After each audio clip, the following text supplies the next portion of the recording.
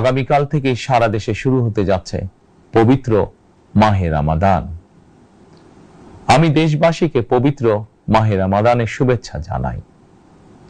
রমাদান আত্মশুদ্ধির মাস। আমরা যদি আত্মশুদ্ধি শব্দটির মর্মার্থ উপলব্ধি করি, তাহলে এই মাসে মানুষের ভোগান্তি বাড়ার কথা নয়।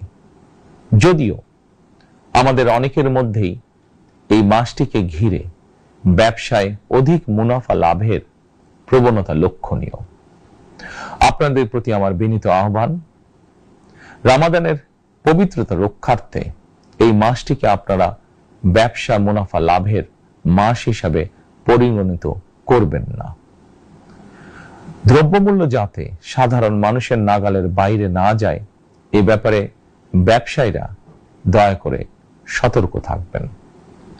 হাজারো প্রাণের বিনিময়ে একটি মাফিয়া সিন্ডিকেটের পতন ঘটিয়ে রাষ্ট্র এবং সরকারের জনগণের অধিকার প্রতিষ্ঠার অঙ্গীকার নিয়েই আমরা রাষ্ট্র পরিচালনার দায়িত্ব গ্রহণ করেছি।